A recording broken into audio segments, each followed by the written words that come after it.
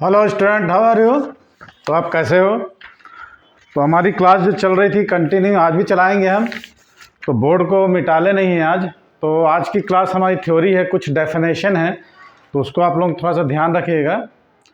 तो पिछले बार हमने लोगों ने टर्मिनल वेलोसिटी सीमांत वेग देखा था, है ना। सीमांत वेग में हमने ये निकाला था जो फोर्सेस एक्ट हो रहे थे इस गोलाकार बॉडी पे, जो गोलाकार वस्तु पे, उसमें 3 फोर्स एक्ट थे। पहला 2 अपवर्ड फोर्स था, तीसरा जो डाउनवर्ड फोर्स था। तो अपवर्ड फोर्स था विस्कस फोर्स, बायनेट फोर्स, और डाउनवर्ड फोर्स था वेट ऑफ द बॉडी। तो weight of the consist of viscous force and bayonet force and total value हमने इसके फार्मूला को निकाला था, इसके कंडीशंस में निकाले थे, इसको देखे थे। तो प्रवाह जो होता है, द्रवों का प्रवाह कितने प्रकार का होता है, कौन सा प्रवाह कैसा होता है, तो उसी के बारे में आज हम डिस्कस करेंगे। तो welcome to my YouTube channel. My name is Rajkumar Tiwari. You are watching physics for class 11 और टॉपिक नेम क्या है, आज का टॉपिक का नेम है धारा रेखी प्रवाह। धारा रेखी प्रवाह, ठीक है। तो यदि वीडियो में आप लोग नहीं आ रहे हैं, कोई नया है, तो उसको क्या करेंगे, सब्सक्राइब करेंगे। क्यों सब्सक्राइब करेंगे, सब्सक्राइब इसलिए करेंगे कि जो भी वीडियो मैं अपलोड करूंगा तो सबसे पहले जो सब्सक्राइब कर रहा है उसके पास पहुंचता है। उसके बाद अगला आपका काम क्या होगा, बेल आइकन को दबाना। बेल आइकन दबाने के बाद क्या होता है, नोटिफिकेशन के जरिए आपको पहले मिलता है सारे वीडियोस। आपको बेल आइकन दबाने के बाद उससे ऑल का मार्क कर दीजिएगा, ठीक है। तो ये सब वीडियो आप लोगों के लिए है, आप लोगों की नॉलेज के लिए है, ताकि आप लोगों को पढ़ाई में, टीचिंग में, स्टडी में किसी प्रकार की दिक्कत ना आए। तो आज हमारा थ्योरी क्लासेस है, तो पिछला बोर्ड को हम ऐसे रहने देते हैं जो पिछला टॉपिक हमने किया था। तो आज का हमारा टॉपिक है क्या, धारा रेखी प्रवाह। जैसे कि इस बोर्ड में आप लोग देख रहे हैं, मैंने इसमें पढ़ा दिया है धारा रेखी प्रवाह, ठीक है। Stream line flow, clear. Stream line flow कि देखिए प्रवाह, अभी हम लोग किसका देख रहे थे, अपना चैप्टर नाम था मैकेनिकल प्रॉपर्टीज ऑफ फ्लड, तरल। तो जब कोई तरल पदार्थ है, जब कोई तरल पदार्थ, उसकी गति ऐसी गति होती है या ऐसे प्रभावित करता है कि मान लो जैसे कि जैसे हमारा एक काफिला चल रहा है, कानवा चल रहा है। तो जब हम कानवे में जाते हैं, कोई भी तीर्थ यात्रा, जैसे अमरनाथ की यात्रा होती है, तो उसमें जो है एक कॉन्वे के साथ जाते हैं, बड़े सारे सिक्योरिटी फोर्सेस के साथ, ताकि यात्रा में किसी प्रकार कोई विघ्न ना हो, कोई परेशानी ना हो, किसी प्रकार की दिक्कत नहीं। तो उसी प्रकार होगा कि जब कोई तरल पदार्थ इस प्रकार प्रवाहित होता है किसी निश्चित बिंदु से, मान लो परफेक्ट पॉइंट है, किसी निश्चित बिंदु से गुजरने वाला प्रत्येक तरल कण, माने तरल में जो कण होता है किसी निश्चित बिंदु से जो गुजर रहा है ना, उससे गुजरने वाला प्रत्येक तरल का कण उसी मार्ग का क्या करता है, फॉलो करता है, अनुसरण करता है। क्या बोला मैंने, जब कोई तरल पदार्थ इस प्रकार बहता है, इस प्रकार प्रवाहित होता है कि किसी निश्चित बिंदु से गुजरने वाला प्रत्येक तरल कण उस मार्ग का अनुसरण करता है जिसका अनुसरण इस बिंदु से गुजरने वाले सभी पिछले कणों ने तय किया था, ठीक। मैंने क्या करा, जो एक निश्चित पॉइंट होता है उसमें जो तरल कण आगे बढ़ता है, जो का पिछले तरल कण ने अनुसरण करके तय कर लिया था, क्लियर। क्या बोला मैंने, जिसका अनुसरण उस बिंदु से गुजरने वाले पिछले, या इसको बोल सकते हैं हिंदी में पूर्ववर्ती कणों ने किया था। तो जो तरल का इस प्रकार का प्रवाह होगा, या इस तरह के तरल के प्रवाह को हम क्या बोलते हैं, धारा रेखी प्रवाह। क्लियर हुआ, क्लियर पीछे, है ना। तो इस प्रकार जो तरल का प्रवाह होता है कि एक निश्चित बिंदु से गुजरता है जिसका पूर्ववर्ती कणों ने क्या किया था, फॉलो किया था, अनुसरण करता है। किसी को बोलते हैं ना, आप हमारे सैनिक को जब चलते हैं, जब कुछ ग्लेशियर में जब चलते हैं ना, तो उसमें चैन लेके चलते हैं और रस्सी लेके चलते हैं। तो आगे का सैनिक जो चलता है, पिछला सैनिक उसी रास्ते पर चला, पता चला इधर गया इधर गया, तो कैसे चले, है ना। तो उसी तरह क्या होता है कि जो तरल का कण है उसका फॉलो करता है जो पिछला कण फॉलो करके जाता, ठीक है, क्लियर, कोई डाउट। तो धारा रेखी प्रवाह को हम क्या बोलते हैं, अपरिवर्ती प्रवाह कहते हैं। क्या बोलते हैं हम, अपरिवर्ती प्रवाह, ठीक है। जब किसी, अब ये ऐसा भी बोल सकते हो, जब किसी द्रव का प्रवाह इस प्रकार होता है, क्या बोलोगे, जब किसी द्रव का प्रवाह इस प्रकार होता है कि द्रव के प्रत्येक कणों का किसी बिंदु पर वेग, है ना, द्रव के प्रत्येक कणों का वेग भी समय के साथ क्या क्या कांस्टेंट रहे, नियत रहे, न बदले समय के साथ। तो इस प्रकार स्थिर या इसको हम क्या बोलते हैं, स्ट्रीम लाइन फ्लो यार। ठीक है, थोड़ा सा इंग्लिश में समझा देते हूँ। The stream line flow of liquid is that flow, the stream line flow of liquid that flow in which every point of the liquid, every point of liquid follows exactly the path it's preceding। ठीक, क्या लिखोगे, exactly the path of its preceding particle and has the same velocity, has the same velocity and magnitude and direction in that of preceding particle which passing through the given point। okay, the streamline flow is also known as steady flow, STEADY। Streamline flow को या धारा रेखी prime को हम क्या steady flow भी कहते हैं। अपरिवर्ती प्रवाह बोले थे ना, अपरिवर्ती प्रवाह भी करते हैं। और the path followed by particle of the liquid known as stream line. खोले, तो ये था धारा रेखी प्रवाह में एक छोटा सा। अब ये देखिए कि दो धारा रेखी प्रवाह मन एक ही धारा रेखी में बह रहा है, एक ही पथ में चल रहा है। तो धारा रेखी प्रवाह में कणों द्वारा, माने कण द्वारा जो पथ होता है ना, मान लो हम किसी रास्तों में जा रहे हैं, तो ये तो धारा रेखी प्रवाह में जो कण द्वारा जो पथ तय किया जाता है ना, उसको हम क्या बोलते हैं, धारा रेखा, स्ट्रीम लाइन। क्या लिखोगे, धारा रेखी प्रवाह में कणों द्वारा तय किया गया पथ को हम क्या बोलते हैं, धारा रेखा। क्या बोलेंगे, धारा रेखा, बोलो स्ट्रीम लाइन। ओके, तो तरल कण के चलने के मार्ग को हम, या तरल कण के जो चलने का जरा रास्ता होता है उसको हम धारा रेखा कहते हैं। इट्स क्लियर, ठीक है। अब ये धारा रेखा पथ कैसा हो सकता है, सीधा मैंने बोला कि फॉलो करते हैं और रास्ता, जैसे कोई सैनिक जो है ग्लेशियर चढ़ एकदम ही सीधे चलेगी, ऐसा भी जा सकती है, ऐसा भी जा सकती है, माने उसे फॉलो करना है, सभी कण वैसे चलना है। ठीक है, तो ये जो धारा रेखी जो पथ होता है वो कैसा होता है, ये स्ट्रेट लाइन होता है, सरल रेखी बोल सकते हैं, या फिर वक्र रेखी भी होता है। Clear, the stream line main be straight line और कर्व लाइन, सरल रेखी होते हैं। क्लियर हुआ, तो ये जो धारा रेखी जो है पथ हो, वो सरल रेखी भी हो सकता है, वक्री भी हो सकता है, कैसा भी हो सकता है। ओके, क्लियर, कोई डाउट। वास्तव में धारा रेखी से तरल के प्रवाह का क्या होता है, एक मैप होता है। तो क्लियर में हम ये देखें तो धारा रेखी किसी तरल के प्रवाह का एक क्या होता है, मैपिंग होता है। Actually stream line is the map of flow of liquid, actually stream line is the map of flow of liquid.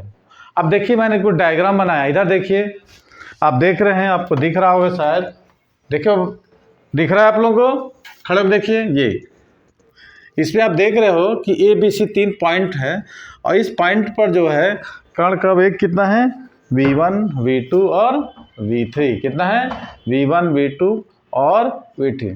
मान लो एक धारा रेखी है, उस पर हमने 3 पॉइंट लिया है, एक पॉइंट A है, आपके बुक में भी दिया होगा यही डायग्राम, एक दूसरा पॉइंट B है और तीसरा पॉइंट C है। ठीक है, तो तरल के जो कण A से होकर गुजरेंगे, वैसा भी कण B से और C से भी होकर गुजरेंगे। ठीक है, let ABC 3 points on this, let ABC 3 point on this streamline, then all the particles passing through point A will also passes through the point B and C। ठीक है, तो बिंदु A और C पर कण के वेग को उन बिंदुओं पर धारा रेखी व खींची गई स्पर्श रेखा के अनुदिश होगा। क्या होगा कि जिस 3 पॉइंट जो हम लिए हैं, कौन सा, A, B, C है ना, 3 लिए, तो उन बिंदुओं पर कण का वेग कितना है, V1, V2 होगा, है ना। तो वो वेग जो होगा क्या होगा, तो उन बिंदुओं पर धारा रेखा पर खींची गई स्पर्श रेखा के ये अनुदिश होंगे। जैसे स्पर्श रेखा है ना, उस पर हम खींच रहे हैं 3 वेग, तो वह स्पर्श रेखा की दिशा में ही होंगे। तो तीनों बिंदु पर जो वेग होगा कितना होगा, V1, V2 और V2, वो धारा रेखी जो होगा उस पर जो स्पर्श रेखा होगा, टेंजेंट जिसको बोलते हैं, उसी के डायरेक्शन होगा, उसी के अनुदिश होगा।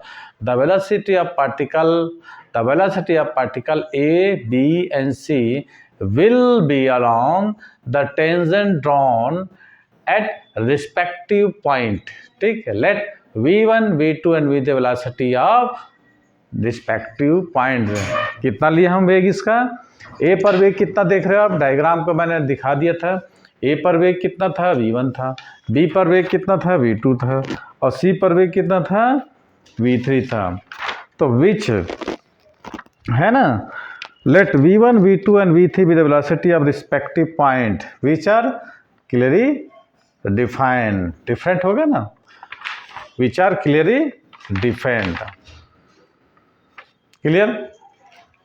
which are clearly defined.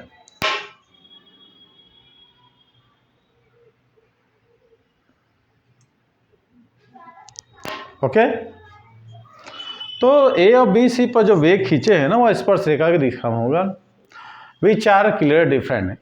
ठीक है, माना इन बिंदु पर वेग कितना है? v1 v2 निम्न है. अब देखिए the velocity of all the particle, the velocity of all the particle passing through point A will be v1. The velocity of all the particle passing through point A will be v1 and velocity of all particle passing through point B will be v2 and the velocity of all particle passing through C velocity will be v3.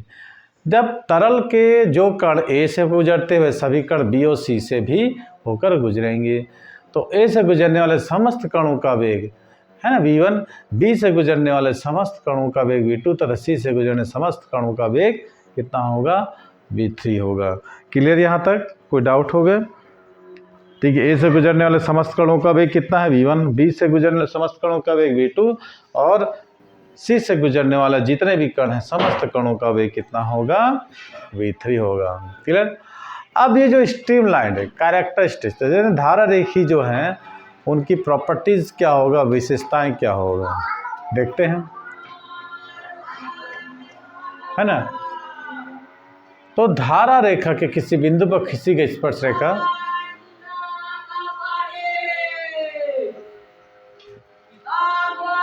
क्या होगा? धारा रेखा किसी बिंदु पर खींची गई स्पर्श रेखा उस बिंदु पर कणों के वेग की दिशा बताती है.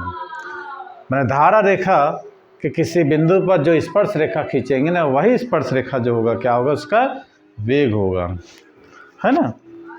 मान लो हमने ये धारा रेखी है, ये स्पर्श रेखा खींचे ना तो यही इसका क्या होगा? वेग होगा. पहला नंबर. ठीक है, a tangent drawn to the streamline at any point represent the direction of the velocity of particle of liquid at that point. Okay, ये हो गया ना कि धारा रेखी के किसी बिंदु पर खींची गई स्पर्श रेखा को क्या रिप्रेजेंट कर देगी? वो जो ए बी सी पर जो वस्तु के वेग हैं उन्हीं की दिशा. नंबर 2, और दो धारा रेखाएं एक दूसरे को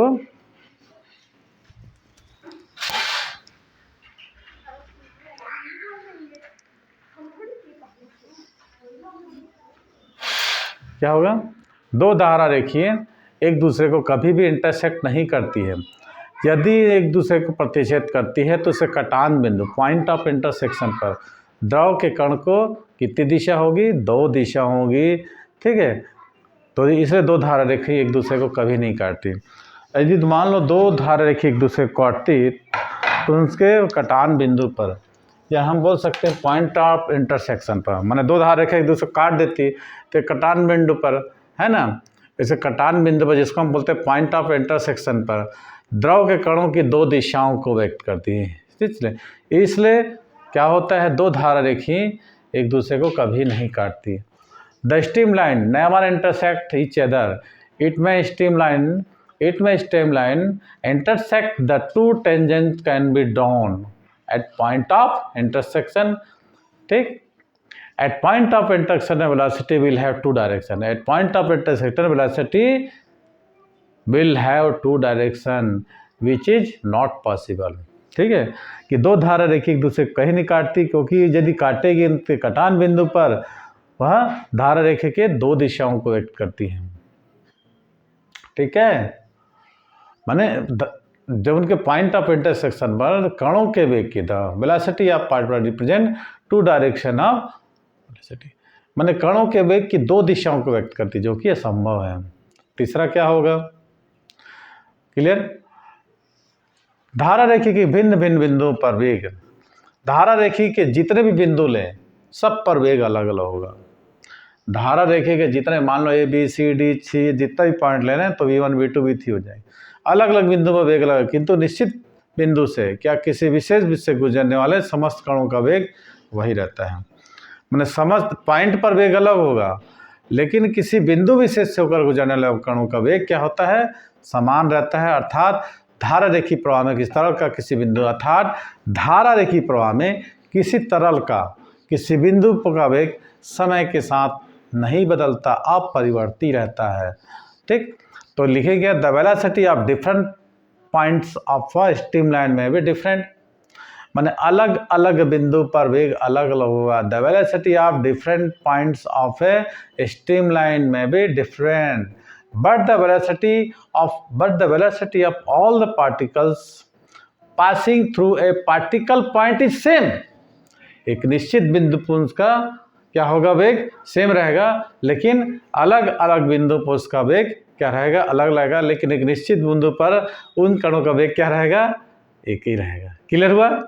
ठीक, तो in streamline flow the velocity of fluid at a point which does not change with time। ठीक है, क्लियर हुआ? समय के साथ धारा की प्रवाह में किसी तरल का किसी बिंदु का वेग समय के साथ क्या होता है? चेंज नहीं होता है। कोई डाउट हो तो बता देना। अब चौथा क्या होगा? दो तो बता दिए हम, बताइए चौथा। अब हमारी वीडियो हो गई है कितने मिनट की? थोड़ा सा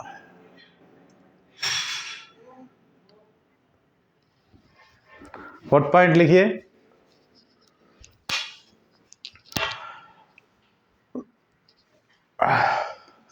जो धारा रेखी की आकृति सरल रेखीय वक्री हो सकती ना, ऐसा तो नहीं होता कि कोई सैनिक, मान लो ग्लेशियर में, सियाचिन ग्लेशियर में कोई सैनिक चल रहे हैं, तो मैंने बताया था उनको एक रस्सी दिया जाता है, रस्सी पकड़ के एक लाइन पर चलते हैं। पहला सैनिक जिस रास्ते पर चलता है, दूसरा सैनिक उसी रास्ते पर, तीसरा सैनिक उसी रास्ते पर, लेकिन ऐसा थोड़ा है कि स्ट्रेट ही चले, ये स्ट्रेट भी हो सकता है, कर्व भी हो सकता है। तो वही कंडीशन है। चौथा इसका पॉइंट क्या होगा कि धारा रेखी की आकृति सरल रेखीय या वक्री हो सकती है। द शेप ऑफ स्ट्रीमलाइन में बी स्ट्रेट और कर्व। ठीक है, क्लियर हुआ? ये तो वह धारा रेखी की कुछ विशेषताएं आप देखे हैं। स्ट्रीमलाइन ट्यूब, स्ट्रीमलाइन ट्यूब क्या बोलेंगे? स्ट्रीमलाइन ट्यूब, धारा रेखी नली, धारा रेखी नली। ते क्या लिखेंगे? Streamline tube. An imaginary tube, ये काल्पनिक होता है। An imaginary tube consisting of streamline, an imaginary tube consisting of streamline is known as, क्या बोलेंगे? streamline tube। ठीक है, क्लियर हुआ? कि धारा रेखाओं से निरूपित एक काल्पनिक नली को हम क्या बोलते हैं? धारा की नली। इस नली के एक सिरे में जितना तरल प्रवेश करता है, ठीक है, इस नली के एक सिरे में जितना तरल प्रवेश करता है,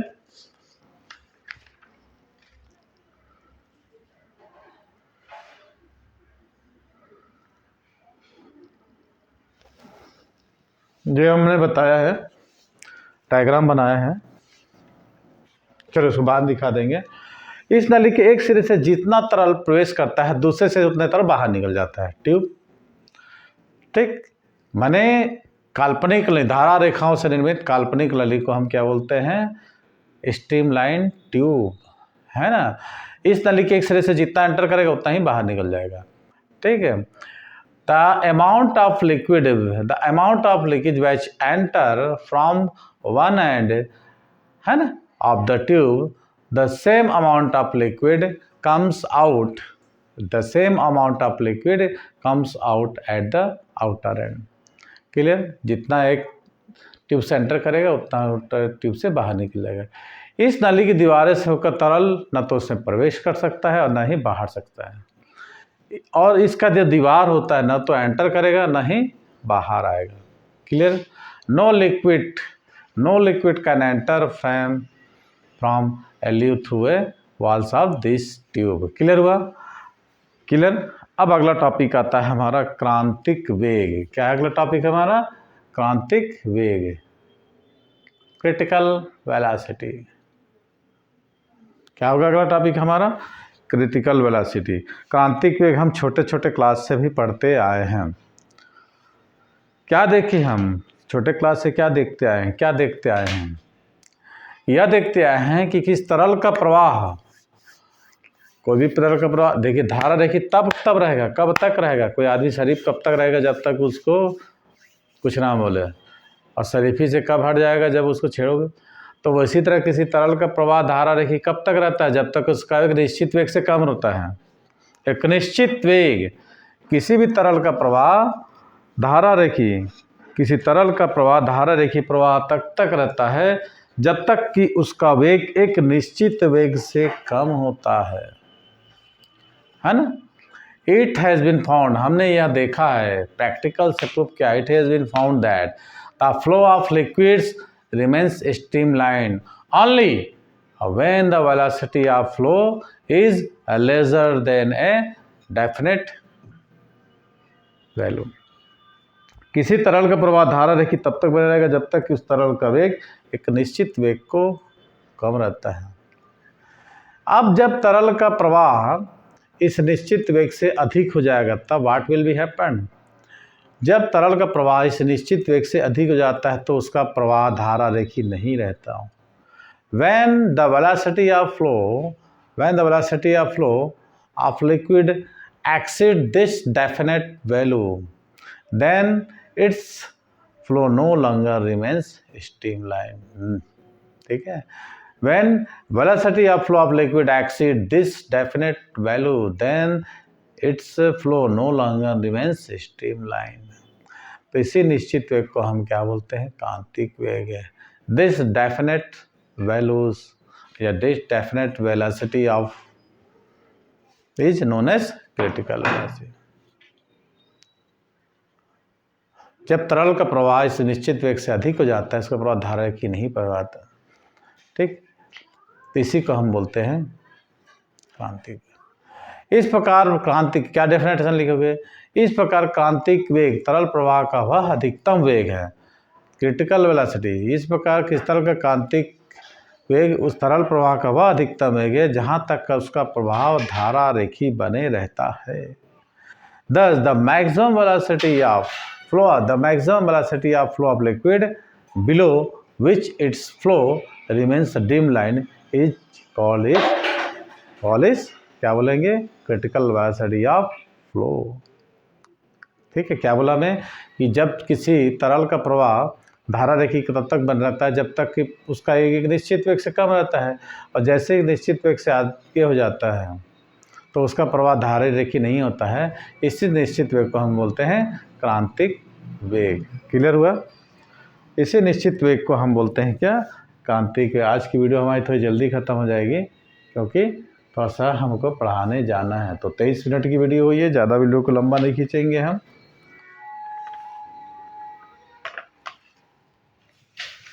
अब अगला देखते हैं विक्षुब्ध प्रवाह। धारा रेखी पर दूसरा हम देखेंगे विक्षुब्ध प्रवाह। ठीक है? विक्षुब्ध प्रवाह को हम क्या बोलेंगे? टर्बुलेंट वेलोसिटी या टर्बुलेंट फ्लो। डायग्राम आप लोग के बुक पे दिया है। ज़्यादा से ज़्यादा हमको 30 मिनट की वीडियो आज करनी है, आधा मिनट की। विक्षुब्ध प्रवाह बोलते हैं, कोई आदमी विक्षुब्ध हो गया है। अब देखिए, हम तरल का प्रवाह धारा रेखी कब तक रहता है? जब तक उसका वेग एक निश्चित वेग से कम रहता है। जब इसका प्रवाह निश्चित वेग से अधिक हो जाता है तो उसका प्रवाह धारा रेखी नहीं रहता। इसी निश्चित वेग को हम बोलते हैं क्रिटिकल वेलोसिटी। अब जब तरल का वेग एक निश्चित वेग जिसे हम क्रांतिक वेग से अधिक होता है तब क्या होगा? जब तरल का वेग एक निश्चित वेग है, इस निश्चित वेग को हमने डिफाइन किया था क्या? क्रिटिकल वेलोसिटी, क्रांतिक वेग। जब इससे अधिक होगा तो क्या होगा? तो उसका पाथ टेढ़ा मेढ़ा हो जाएगा। जब तक मान लो कोई दौड़ रहा है जब तक ताकत रहेगा, इच्छा होगा, दौड़ेगा, उसके बाद उसकी दौड़ क्या होती है, टेढ़ी मेढ़ी हो जाती है। देखते ना, हमको जब लिखना रहता है तो अच्छे से लिखते हैं, मस्त अच्छी राइटिंग से। जब हमारा मन भर जाता है, थक जाते हैं, तो क्या होता है, राइटिंग टेढ़ी हो जाती है। तो वही बोले, जब तक कि किसी तरल का प्रवाह एक निश्चित वेग, हमने जिसका नाम दिया था क्रांति वेग, से अधिक हो जाता है तो उसका पथ जो है टेढ़ा मेढ़ा हो जाता है और इर्रेगुलर अनियमित हो जाता है। When the velocity of liquid exceed the critical velocity, then its velocity of flow liquid particle of a point does not remains constant, but the motion of its particles becomes irregular. Such a flow of liquid is known as turbulent flow. Clear? अब ऐसी स्थिति में क्या होगा कि जब इसका प्रवाह एक निश्चित वेग, जिसे क्रांतिक वेग कहते हैं, क्रिटिकल वेलोसिटी बोलते हैं, डेफिनेट है ना, तो उससे अधिक होने पर उसका जो पाथ होता है वो क्या होता है, इरेगुलर होता है, जिग जैग हो जाते हैं। ठीक है, इसी को हम बोलते हैं टर्बुलेंट फ्लो। तो ऐसी स्थिति में क्या होगा, तो ऐसी स्थिति में किसी बिंदु से गुजरने वाले, किसी point, passing through the point, किसी बिंदु से गुजरने वाले तरल का कण उस पथ का अनुसरण नहीं कर पाते जिसका अनुसरण पूर्ववर्ती कणों ने किया था। वहीं बताया था ना कि उस पथ का फॉलो नहीं करते जिसका पूर्ववर्ती कणों ने किया था। फॉलो नहीं करते, जब फॉलो करेंगे तो धारा रेखी प्रवाह हो जाएगा। अब ये धारा रेखी प्रवाह है, नहीं विशुद्ध प्रवाह है, इसका वेग निश्चित वेग से अधिक हो जाता है तो कण का पथ टेढ़ा मेढ़ा हो जाता है। तो ऐसी स्थिति में किसी बिंदु से गुजरने वाले तरल कण उस पथ का अनुसरण नहीं कर पाते जिसका अनुसरण पूर्ववर्ती या पिछले कणों ने किया था। तो तरल के इस प्रकार के जो वेग है, इसको या प्रवाह होता है, इसको हम विक्षुब्ध प्रवाह कहते हैं। ठीक, तो क्या देखें हम कि जब किसी तरल का प्रवाह अनियमित, इरेगुलर और टेढ़ा मेढ़ा होता है तो flow of this type of flow of द्रवों के इस प्रकार के प्रवाह को हम टर्बुलेंट फ्लो या विक्षुब्ध प्रवाह करते हैं। और इस प्रकार के प्रवाह को हम क्या बोलते हैं, परिवर्ती प्रवाह। डायग्राम आप लोग बुक से बना लेंगे। क्लियर?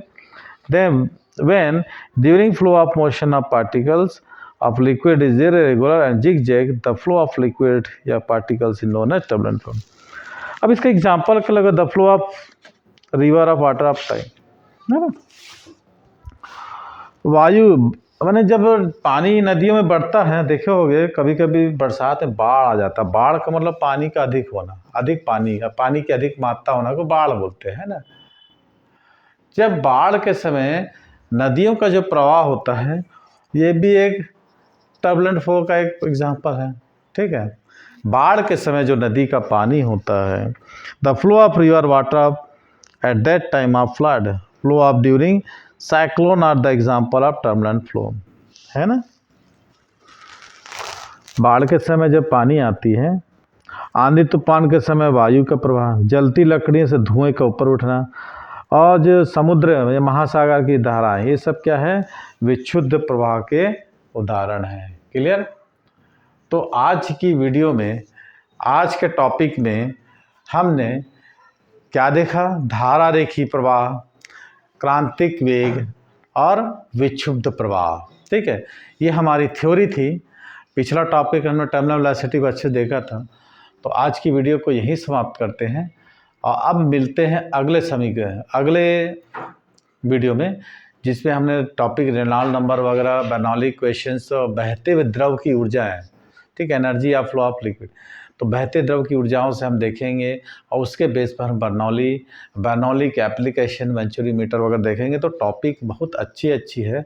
तो आप लोग अगर पिछला वीडियो नहीं देखेंगे, इन्हें पूरी टॉपिक देखिए, पूरा सीरीज देखिए आप।